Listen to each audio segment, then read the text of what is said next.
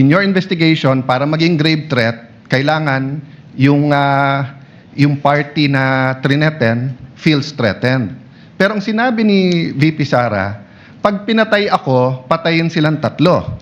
So kung wala naman silang tatlo balak na patayin siya, why would they feel threatened? Did that not come into your mind as an investigator? What comes into your mind, Your Honor, is yun nga, yung possibility na God forbids may mangyari sa BP na hindi naman alam nung tatlo, then mati-trigger ngayon yung instruction, then papatayin yung tatlo na hindi naman nila alam. At the same time, No, may then in mga that- ibang grupo Then in na- that case, hindi ba logical, because you're the President of the Philippines, you order the PSC to make sure that walang mangyari sa kanya rather than baliktad na tinanggalan siya ng security.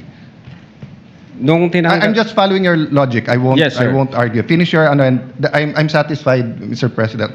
I'm just trying to figure out nga no how you came about yung gave threats given Yeah. na ang sinabi niya kung papatayin ako. So We- finish your answer so that we qualify that grave threats sa term namin as event-based condition na yun nga pag nangyari yung event magti-trigger ngayon yung threat. Now insofar as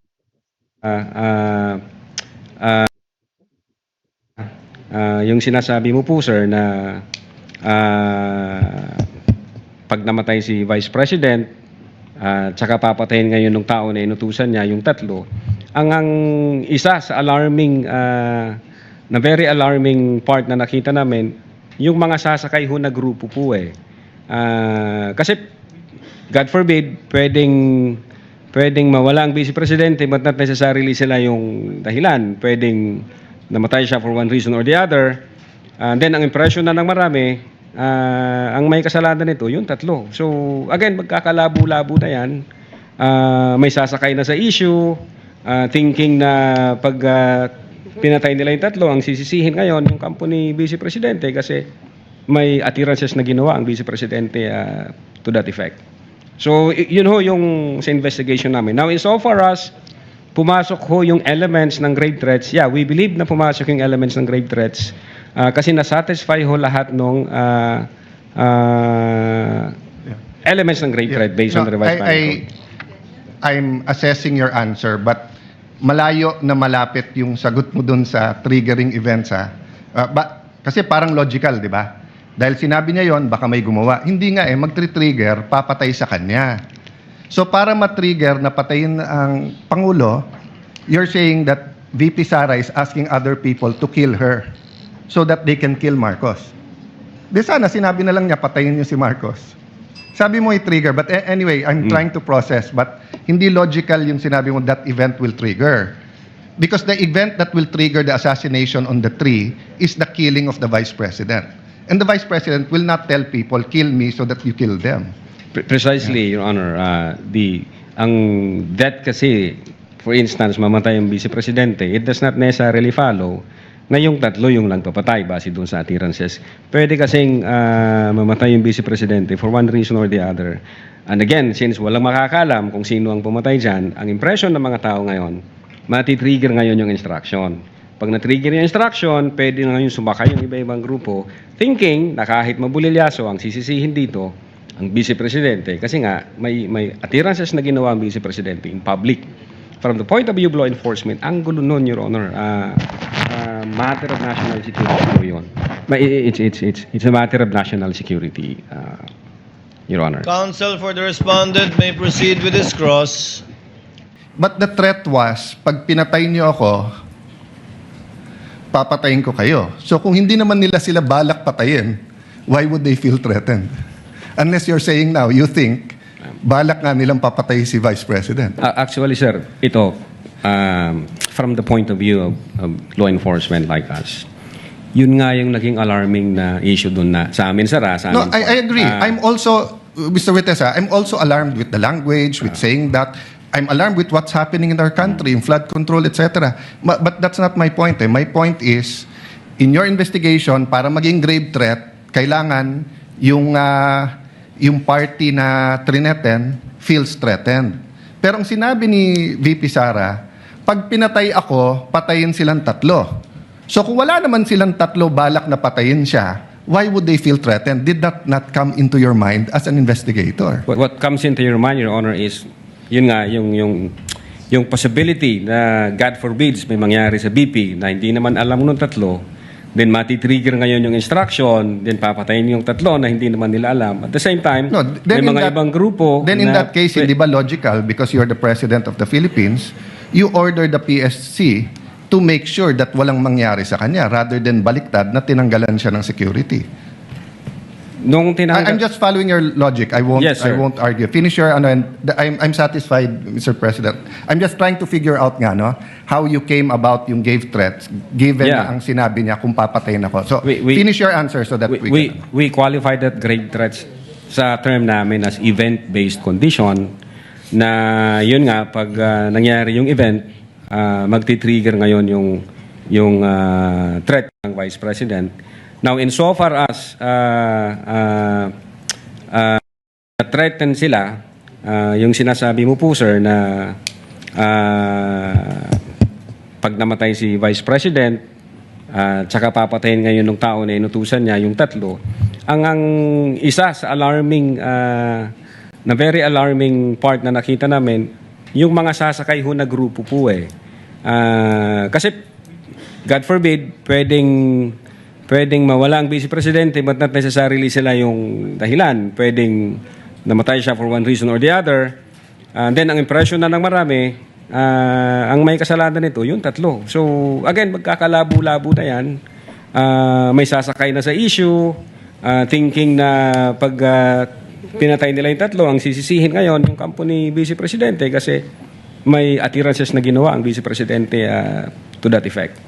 So, yun ho yung sa investigation namin. Now, insofar as pumasok ho yung elements ng grave threats, yeah, we believe na pumasok yung elements ng grave threats kasi nasatisfy ho lahat ng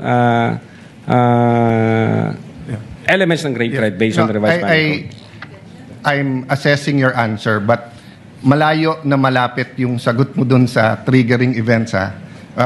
Kasi parang logical, di ba?